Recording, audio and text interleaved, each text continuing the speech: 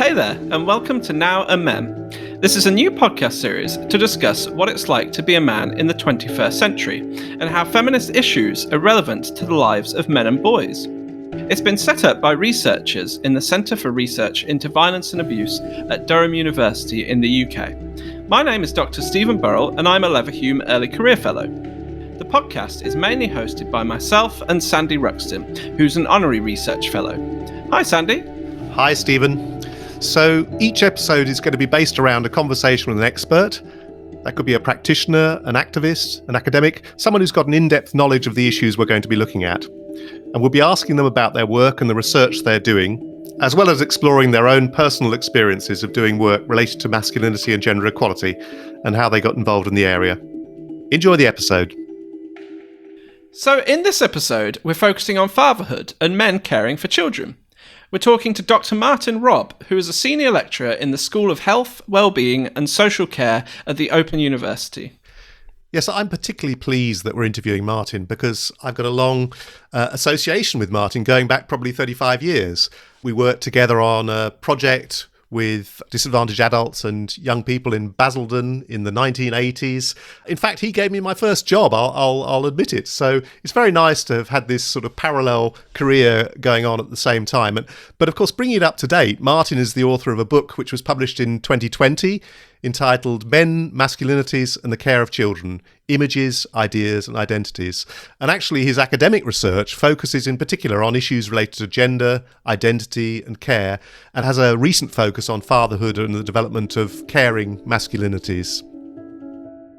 Welcome, Martin, to the Now and Men podcast. Very pleased to talk to you today. We'll come on to your research in a minute, but I can't help asking you first about your son James's recent appearance on The Voice. For those who don't know, The Voice is a reality TV show. It's a singing competition. But I wanted to ask you, what was that experience like? And what was it like for you as a parent, as a father? Thanks, Sandy, and thank you for inviting me. I'm really happy to take part in this conversation.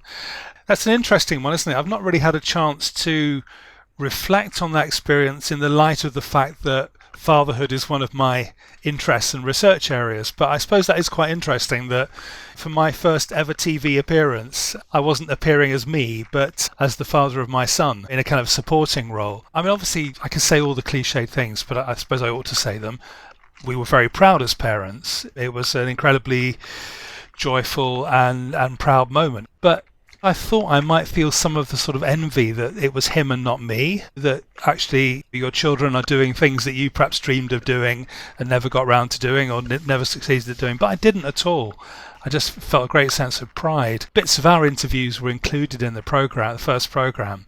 And that experience was quite interesting, being asked to talk about what your son was like growing up. And it was very hard to get away from the kind of cliched things they wanted you to say and to say something really genuine. It felt to me, because I saw it as well, that there was like a narrative that they wanted to impose almost, that there's the supportive family singing along in the background. And it just felt like there's a particular sort of way of presenting the families in a show like that. But I suppose it made me think also about the wider work that you've done, your research work you've done, and in particular your book, Men, Masculinities and the Care of Children. And in the first chapter of that book, you explore how fatherhood and men's care of children has been portrayed in popular culture. So in films, in TV, in news over the years. And I just wondered how you thought that fathers were represented in popular culture now, and whether that's changed over time. I think it's very interesting and very complex. I thought you were going to ask me how fathers were represented on The Voice for a second, and I was just preparing my answer, but well, let's spin off that. I think it is interesting the way that those programs, as you say, present families and present the kind of agenda way of presenting parental support. And it's interesting that they're looking for stories about fathers and not only sons, fathers and daughters as well, which kind of play to some of the things, not so much stereotypes, but in the book I talk about the way that popular culture is a kind of a way of working out some of these things that are going on in the culture, and it's very complex. It's not as simple as saying that we're replacing one ideal of fatherhood the sort of the 50s ideal of the provider, the disciplinarian, the kind of distant figure with a more caring figure. I think it's much more complicated. I think there are lots of competing ideas of the good father around at the moment. I think there are lots of tensions in those popular images. What I was quite fascinated by in writing the book was to find just how much popular culture seems to still be, I was going to say obsessed, but sort of taken up with this notion of exploring and maybe repairing father-child relationships, or concerned about what's happening to them, or that something needs to happen around them for society to move forward. I think when you look at popular culture, I think it's probably going down a sort of blind alley to look for stereotypes or ideas. I think I'm more interested in seeing the processes at work, and to see those stories in popular culture as kind of sites where competing ideas can be worked out and worked through. And you can't really reduce any one program or show or song to a particular ideal of fatherhood. I think there are all sorts of tensions in play within any one example from popular culture, and that's what makes it so fascinating. But as I say in the book, it's very easy, if you're researching a particular issue, to begin to see it everywhere. I'm wondering if you could give one or two examples, because you do give quite a lot in the book. I could talk about Harry Potter, for example. Yeah. I did write an article where we had a kind of a university celebration of some anniversary around Harry Potter recently, and everybody from different research backgrounds wrote something about Harry Potter and their research interests, which was quite funny. But I wrote something about Harry Potter and fatherhood, and I think the idea of searching for the lost or departed father is a trope that you find not just in Harry Potter but in a lot of other contemporary popular culture, and this idea that some sort of healing needs to take place, that some sort of breach has happened. That may be a response to the increased phenomenon of supposed absent fatherhood, or it may be something, I don't know, perhaps need some of my psychoanalytic colleagues to come in and talk about what's going on in the unconscious of the culture. I just find it interesting that the culture continues to be fascinated by the figure of the father and by a concern about the absence of the father, whether that's real or imagined, from children's lives, and what that might supply.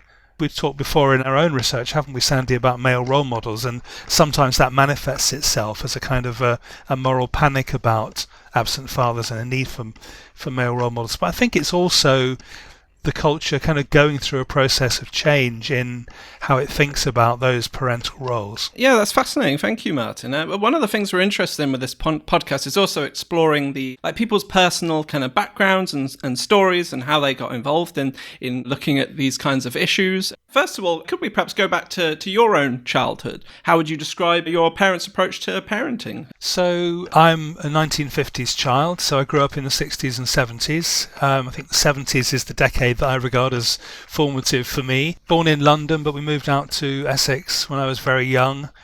Grew up in a medium-sized town in Essex, went to the local grammar school, then went on to Cambridge, first person in my family to go to university. Came from a very working class family in London, although my parents kind of moved away from that for a bit. In terms of my experience of being parented, I suppose it was fairly conventional for the time, in that my dad went out to work, my mum didn't work after my brothers and I were born. So my mother was quite a dominant figure in my childhood, or was a present figure, I should say, but a very emotionally loving childhood. My parents are devout Methodists, so a lot of it revolved around the church. I have very happy memories of my childhood, and one of the things that sort of my childhood imbued in me was a passion for sort of justice and for equality. That was kind of in the air. My parents weren't very political, but it was part of their kind of religious raison d'etre. They weren't very strict. They were quite laid back. It was quite, not exactly a permissive childhood, but I didn't feel restricted in any ways. When I've thought about this before, and I've written about it for an Open University course actually, and thought about what the influences were in terms of, say, masculinity, I think it was important that I was growing up in the 60s and 70s. And just very much aware as a young teenager being into music. I was very much the David Bowie and Mark Bolan generation. That was when I was sort of 15 and 16. So there were kind of new ways of being a boy, new ways of being a man that were kind of in circulation. I wrote about this in the Open University course, and I wrote that actually that was kind of in a kind of a tension relationship with the fact that at the same time I was a member of the Boys Brigade and, marching up and down the church hall every Friday night and wearing a sort of a semi-military uniform. My sort of long hair was sprouting out from underneath my Boys Brigade cap to sort of demonstrate or to kind of illustrate the kind of the contradictions and tensions that were going on in terms of defining how I saw myself as a young man. But yeah, so very much a 60s and 70s childhood with some of those newer ideas about gender and particularly about masculinity coming into play and making it possible to imagine different ways of being a man, I suppose. Yeah. Which I think a lot of us found quite liberating. Yeah. And would you say there was any particular person or any particular, things which did, really influence you when you were growing up in terms of your understanding about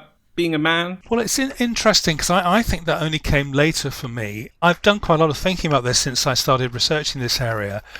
And I can't remember feeling any pressures when I was young to be a particular kind of man, except for arguments with my dad about the length of my hair and some hints that he was worried about effeminacy because of that. But given that everyone was doing that at the same time. But apart from that, I've been trying to think of the reason for that. And I suppose, although I didn't come from a very privileged background, I suppose I was privileged in that going to an all-boys grammar school, and again, from the teachers, there were some traditional masculine stuff, and there was the cadet force and so on. But among us as boys, I never felt any pressure to conform. I wasn't very sporty, but there were other ways in which you could get by. If you were an intellectual or you were into music, as my friends and I were, that was acceptable. So I didn't feel pushed into conventional masculinity. I didn't really start to reflect on it until adulthood, until I suppose I found myself at university. I found myself reading political reading and reading sort of feminist literature and so on. But that was very much at the intellectual level. And I think for me, the sort of personal reflection only really happened with fatherhood.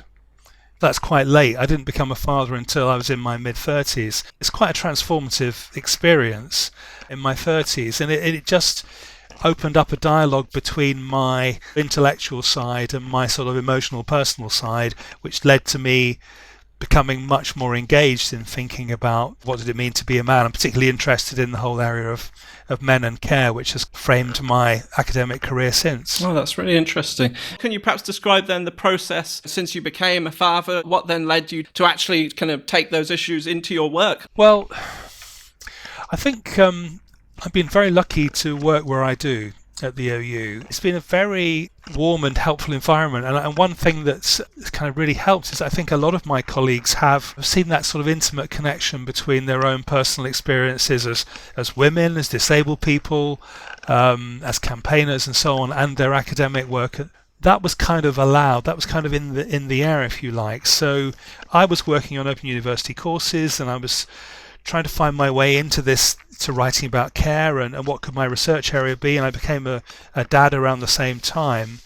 Helen, my wife, and I had agreed in theory that we would share the care of any children that came along, so we were both committed to that. But I think it was the actual experience. Helen had a not exactly a more demanding job than me, but a more 9-to-5 job. The OU allows quite a lot of flexibility.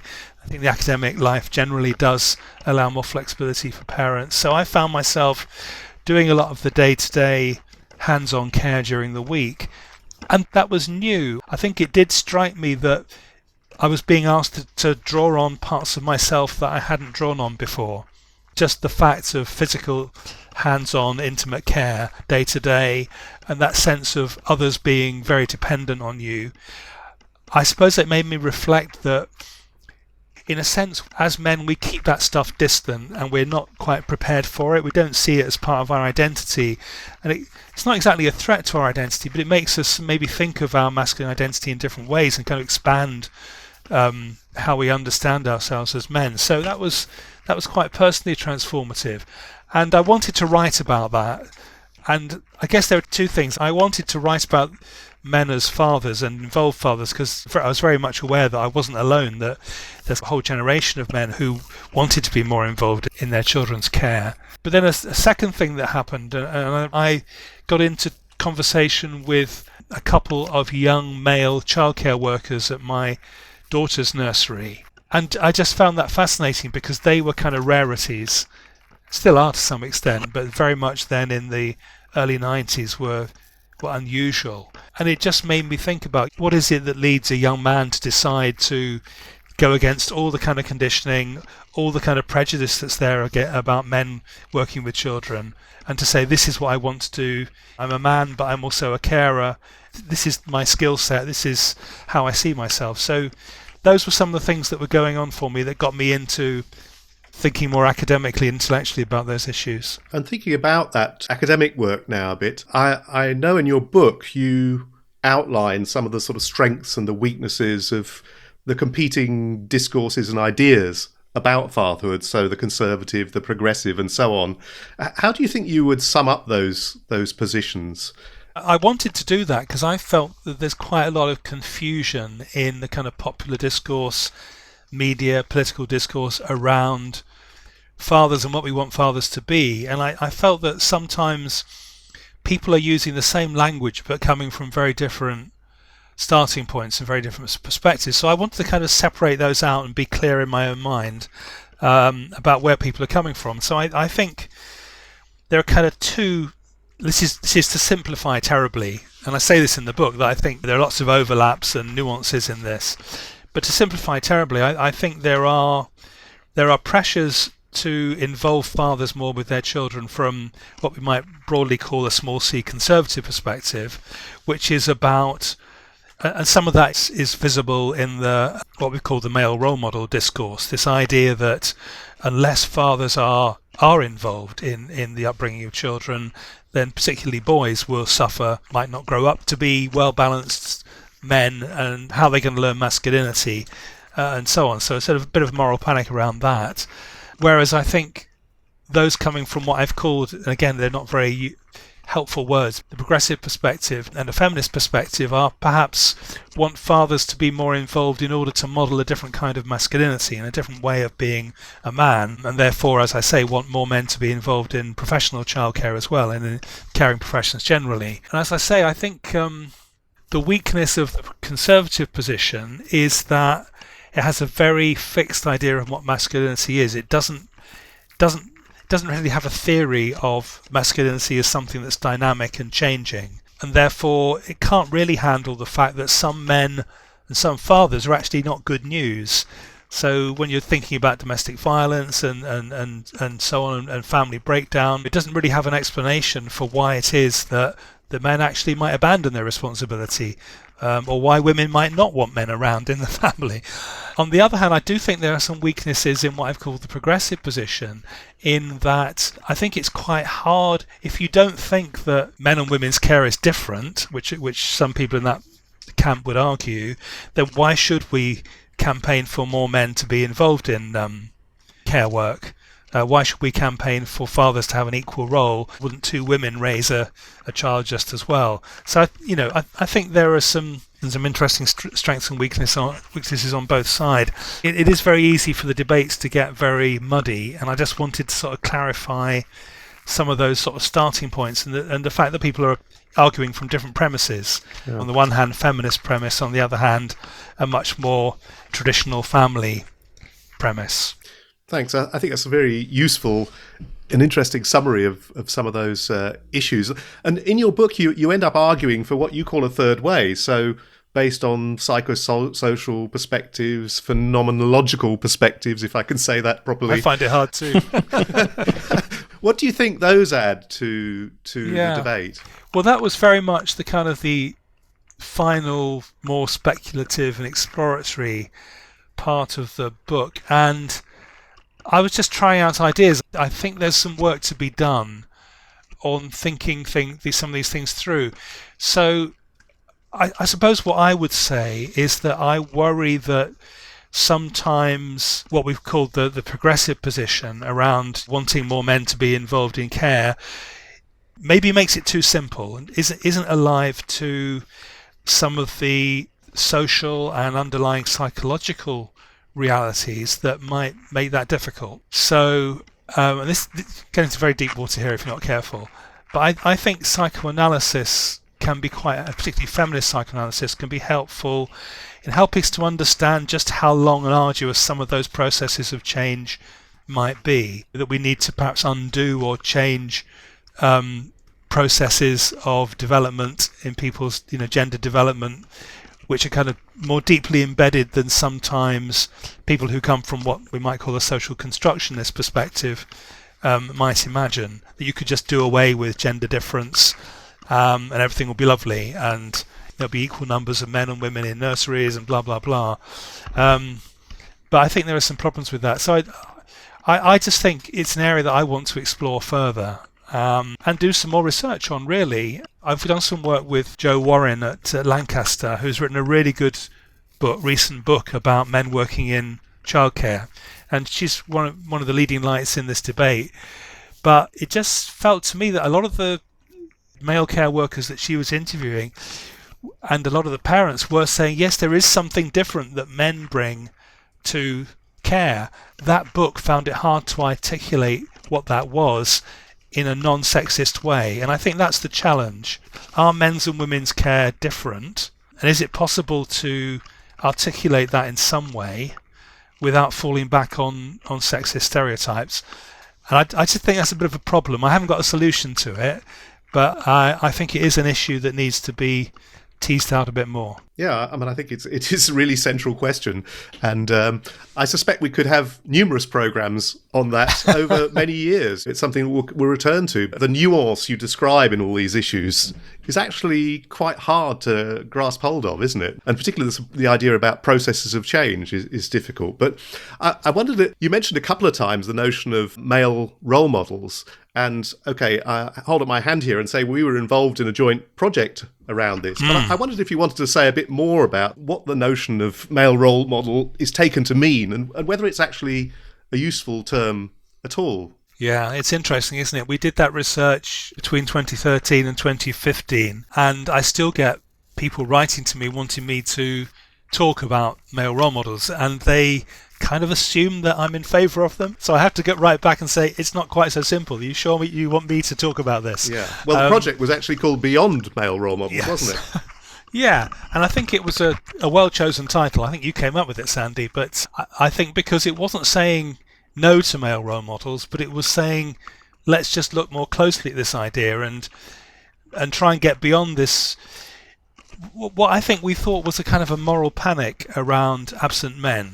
So just to say, for those who are not aware, that, and it's hard not to be aware, I think, that in the past decade or so, a lot of the debate about men and families has been dominated by this discourse, as I said before, that boys are particularly affected by the supposed increased absence of fathers from families, the absence of men from primary school teaching and from other welfare and care roles and so on. And again, the kind of assumption is that boys need to learn their adult masculine identities through imitating a positive male role model, and that if they don't, something will go wrong, or they'll find negative male role models, turn to antisocial behaviour or crime or drugs or whatever.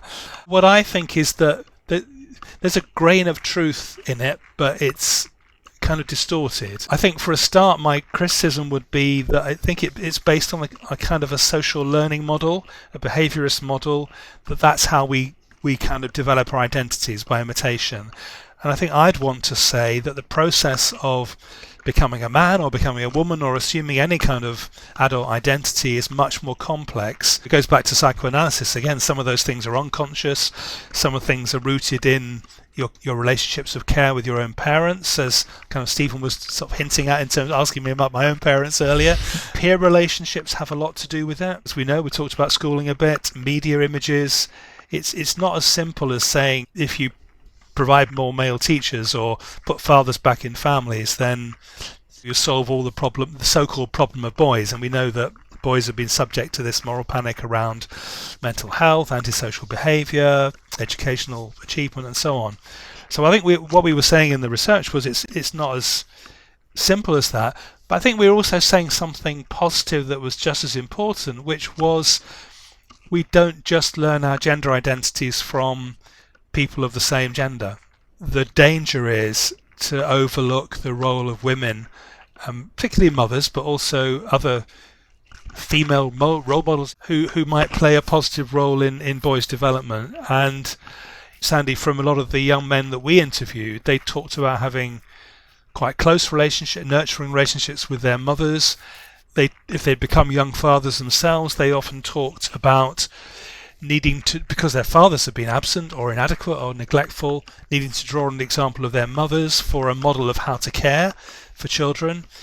And I think one of the dangers of the male role model discourse is that it either ignores women, cuts them out of the picture, or it pathologizes their role in boys' lives. And I think one of the things I did in the discourse chapter in that book was to critique an article which seemed to do just that, which seemed to claim that if boys in single-parent families had problems, it was all the mother's fault for bringing them up wrong. And never mind the fact that men abandoned them or weren't around, or might have actually been a negative role model in terms of violence or abuse. So I think we just wanted to correct that balance and to mix things up a bit, and to say that the process of becoming a man is very complicated. It's not just about the men in your life, it's also about the women in your lives. And also women and mothers can actually help to develop more positive aspects of masculinity in young men, in boys and young men. Yeah. And often a lot of the men I've interviewed who are caring men, who are fathers or working in care work, often talk very warmly about the role of not just their mothers, but aunts, grandmothers, and other relatives in showing them what it meant to be a caring man, really. That you can have cross-gender identifications as well as identifying with somebody of the same gender. I think that was a great explanation, really, and far better than I could do, to be honest. But it was interesting you're highlighting the links with people who the young men are close to as well. Whereas sometimes, just to add to what you said, we talk about male role models as being David Beckham, for example, someone who's actually really distant, a celebrity figure. Yeah. And there's a bit of a confusion about who a role model actually is. You're absolutely right that a lot of the discourse is around it's important for celebrities to model the right kind of masculinity, whatever that is.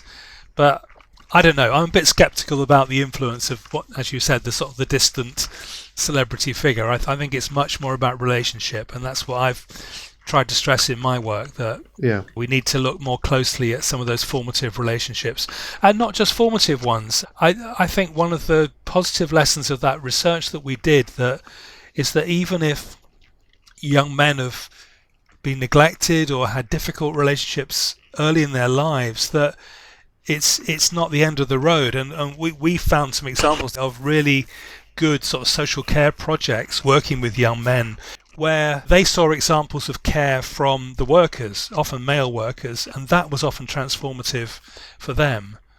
So I gave a talk recently at an event in Scotland, how we can help boys to become caring men, and I said that there are two or three things really, but one of them was they need to have an experience of being cared for by others, and it would help if that's by men as well. But also I think we need to give boys an experience of caring, and I think that's in the men I've interviewed, that's been quite formative, that if they've actually had a chance to develop caring aptitudes themselves. I've been quite interested recently in how care is embodied as an embodied practice, and I think it is about giving boys the opportunity to develop those aptitudes, the habitus, if you like, to use an academic word of care. Yeah. I just wanted to ask you a question about research on fatherhood from a historical point of view, because I know you're interested in that as well. I mean, you've written, for example, about your great-grandfather's letters to his son during World War II. So how do you think... World War I, sorry. How do you think a historical approach can help us understand fathering, both then and now? It can help us get away from stereotyping the past. I think when I first started working in this area, I kind of fell into the assumption that We were the first generation to talk about caring fatherhood, and it is interesting in talking to fathers or talking to young men about fatherhood as a researcher, that's often how they position things, that my dad did it this way but I want to be different. And that may have been true in their individual cases, but it's very easy to fall into the trap of thinking that fatherhood in the past was all about distance, absence, discipline, and everything else, all the caring stuff was left to mums. I think there's been some really interesting historical work recently on fatherhood in the 19th century, fatherhood in the 20th century, which has kind of complicated the picture a bit. I mean, it hasn't completely done away with the former picture, but it's shown that there have always been men who have actually been more closely involved in the care of their children than we've imagined, for all sorts of different reasons. In that article about my great-grandfather, I argued that his sort of Methodist beliefs were one source of his loving and caring fatherhood, but there were other reasons, political reasons, and all sorts of other reasons that enabled men to behave in particular ways. Our picture of the past is changing, and it's important to do that because I think there are resources from past generations of fatherhood. What we've got to get away from is sort of a linear idea of progress, and that things are just getting better and better. That prevents us from understanding why things are the way they are. So one sort of idea around this is that actually it was probably a lot to do with industrialization, the reason that men became associated with this separation from the home, and that actually before industrialization it was just taken for granted that men would be working from home and therefore they'd be around children, and women were working from the home as well, so roles were much more distributed.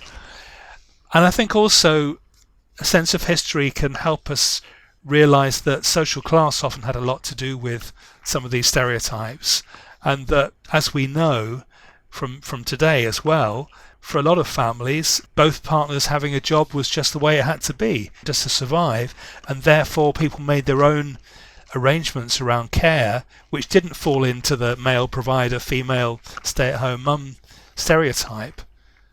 And I think we see that with working class families today, that often that's where you can find new fatherhood being worked out more than in the sort of the progressive middle class, if you like, or as much as in the progressive middle class, just because people have to make those arrangements in order to fit care around work. I should say that you've also edited a book on this as well, and the title, is it Fathers and Forefathers? Men in Genealogical Perspective. Yeah. So, and it's all available online, so if anybody wants to look that up. I wanted to bring us a bit back into the present day, and just thinking about like the different pieces of work that you've been involved in. Are there any particular policy changes which you would like to see happen? You'd like to see the UK government introduce in relation to issues around fatherhood and men caring for children? I think there have been some positive changes. The whole sort of shared parenting leave and so on. I think the challenge is not so much in legislation, but making legislation work. Sandy and I have both been to very interesting European seminars where you see how different the picture is in different European countries. And I think what the more positive examples, say from Scandinavian countries, show is that legislation is only going sort of half the distance. So part of it's about legislation, part of it's about the kind of legislation and making it sort of easier and possible for men to take on these roles. But part of it's about changing ideas and changing assumptions as well. So there's a role for education. Yeah, I find that fascinating, the idea about like what are some of the different ways in which we could try and, within education, for example, different levels of education, like engage boys more in different kind of caring activities, for example. I think there's a lot of scope there, isn't there, to be explored. But yeah, in terms of like kind of recent developments in this area in society, have there been any contemporary kind of changes or developments in relation to gender and the issues which we've been talking about? Perhaps is there one thing which particularly concerns you and one thing which gives you a source of kind of optimism and hope? I think the research that I've done and some of the research that Sandy's been involved in as well with me on this, with young men, both gives me cause for hope and also challenges me and makes me think we've still got a long way to go. Again, I was talking about this at the Scottish event I was at the other week. On the negative side, I think it's quite dispiriting when you still find, if you talk to some groups of young men, there are still hang-ups around gender relationships and still some sort of traditional masculine ideas around manning up, being a man, hiding your emotions and so on. And I think that feeds into the whole concern about men's and young men's mental health. There's obviously been enormous change, but I think we need to remember that change isn't uniform across all social groups.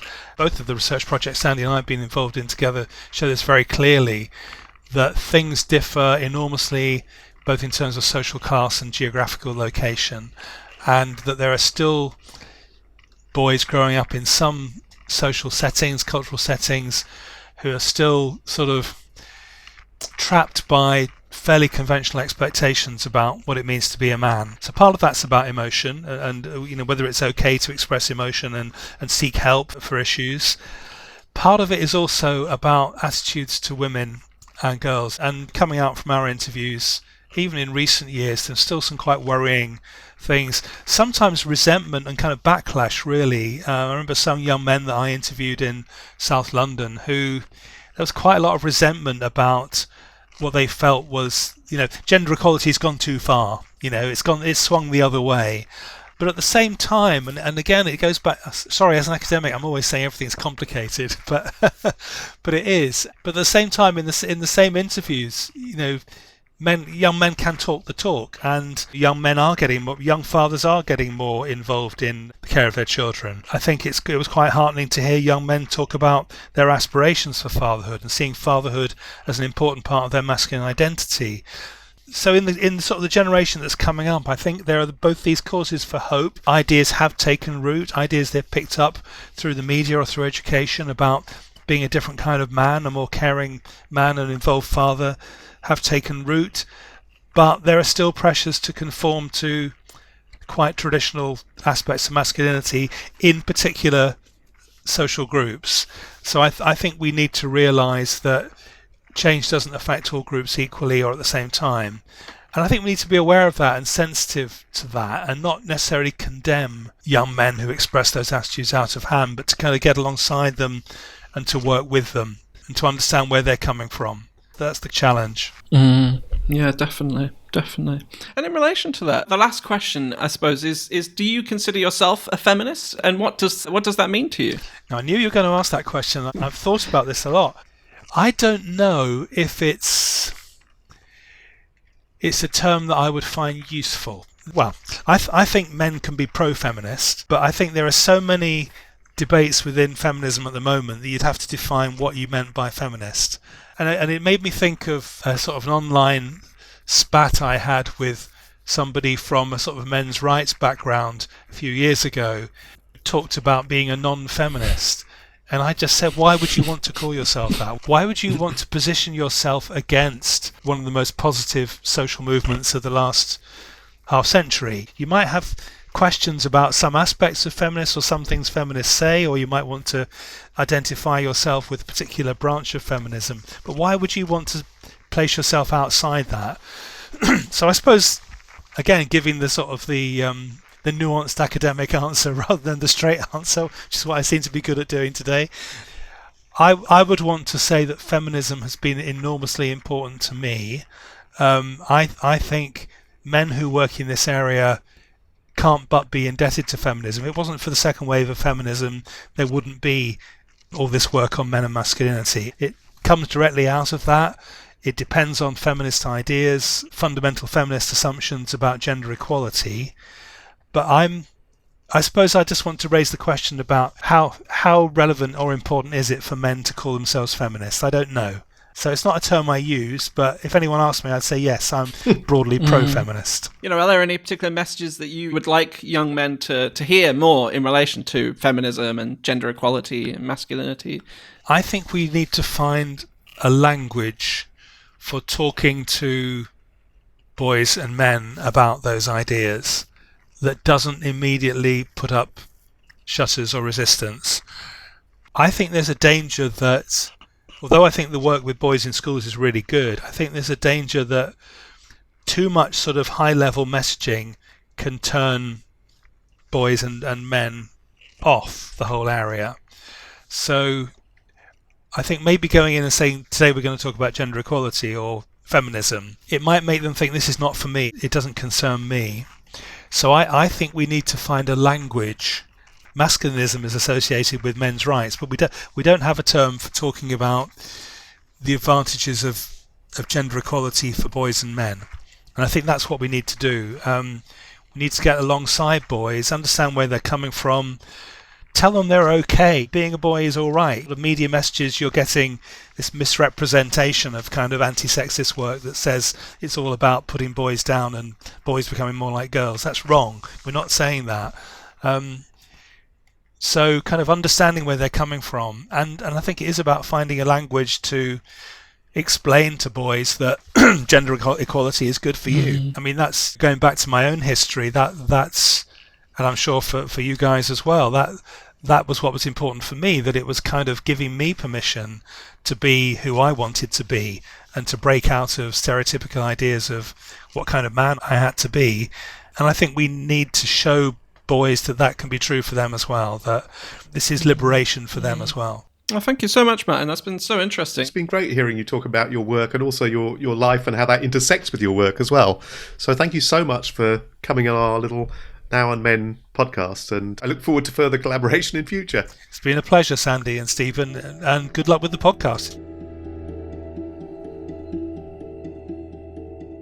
Well, it was fascinating to talk to Martin there and to hear more about his work. We hope you found it interesting as well. And was there anything that came out of that conversation, Sandy, which kind of struck you in particular? Yes, I really enjoyed that conversation with Martin. And what I like about what he was saying and his work is how he takes some of the sort of commonplace notions of what fatherhood is about and he unpicks them and actually explores those issues underlying and gives it a great depth. And I think that's a really important thing to do. I think it's far too easy to have simplistic spray-on solutions to things, whereas actually what's going on in terms of how people see themselves, the process of change and so on is actually quite complicated. I know he said, yes, I'm an academic and this is what I do, but actually he showed in his interview what value that has. Yeah, what he was saying is really helpful to just start to unpick some of these commonplace assumptions and stereotypes. People aren't good or bad. We're usually a mixture of the two. So the idea that somebody can be purely a good role model or a bad role model, in reality, we are all much more complex than that, because we do hear these kinds of messages quite a lot, don't we, at certain times, coming from politicians, for example, the idea that young men need these male role models. I mean, that also made me think about, you often hear this idea, don't you, that it needs to be men talking to young men and boys about issues like gender equality. But I think the reality is much more complex than that, isn't it? That actually having those conversations in all sorts of different ways can be useful. I think it was also really interesting in pointing out the sort of process of learning about gender, that it isn't just a matter of imitating somebody in a position of authority or even somebody you're close to or a celebrity or whatever. But actually, gender is something that's negotiated and performed. And that's primarily how we're learning about gender, not just through looking at David Beckham and thinking, I'll copy him.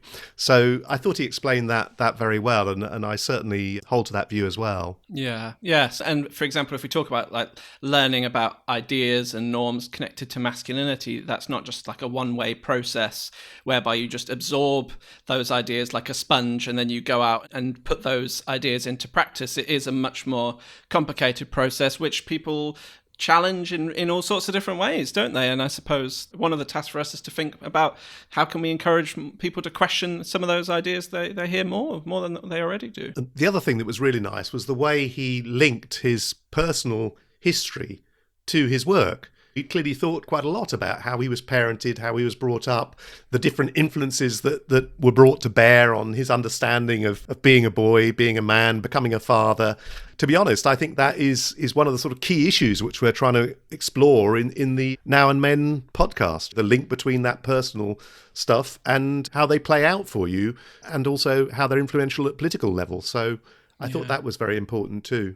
Yes, absolutely. Yes. And that's a kind of theme which we'll pick up on again and again throughout the podcast series, isn't it? About how this work, these issues connect to us both, in our personal lives as well as in the political and professional aspects of the work that people that we're interviewing are doing. So what's next? One thing we should just mention at this point is that actually around the same time that the podcast is being launched, we've got a book coming out as well ourselves, which is being launched by Policy Press. And so that is called Men's Activism to End Violence Against Women, Voices from Spain, Sweden and the UK. As Stephen has hinted at, it's based on our research with men who actively speak out about men's violence against women. And so it explores their experiences of activism, how they got involved in the first place, and also, hopefully, it helps us to understand how we can get more men to be involved in this area. And so that was authored by Professor Nicole Westmarland, who helped to set up this podcast, by Sandy and myself, together with researchers based in Sweden and Spain as well, Lynn Egberg-Holmgren, Anna-Lena Almqvist, and Custodio Delgado Valbuena. Yeah, so the focus of the book, I suppose, shares actually quite a few similarities with Now a Men as a podcast, looking at the kind of personal lives of men, in this case, involved in this kind of anti-violence activism, and thinking about what can we learn from that to perhaps try and engage more men and boys in the speaking out and taking action for gender equality. For now, we'll stop there, and thank you very much for listening. Thank you very much for listening to this episode of Now and Men. Any references we mentioned will all be in the show notes. You're welcome to email us at nowandmen@gmail.com if you'd like to ask us questions or suggest a guest. And we're really keen that the podcast should be listened to by as many people as possible to encourage more men to think about issues of masculinity and gender equality. So please do follow Now and Men so the latest episode drops in your podcast feed as soon as it's released. You can also leave a review and share it among your friends and colleagues. And look out for our next episode coming soon. So you take care of each other, and speak to you again soon.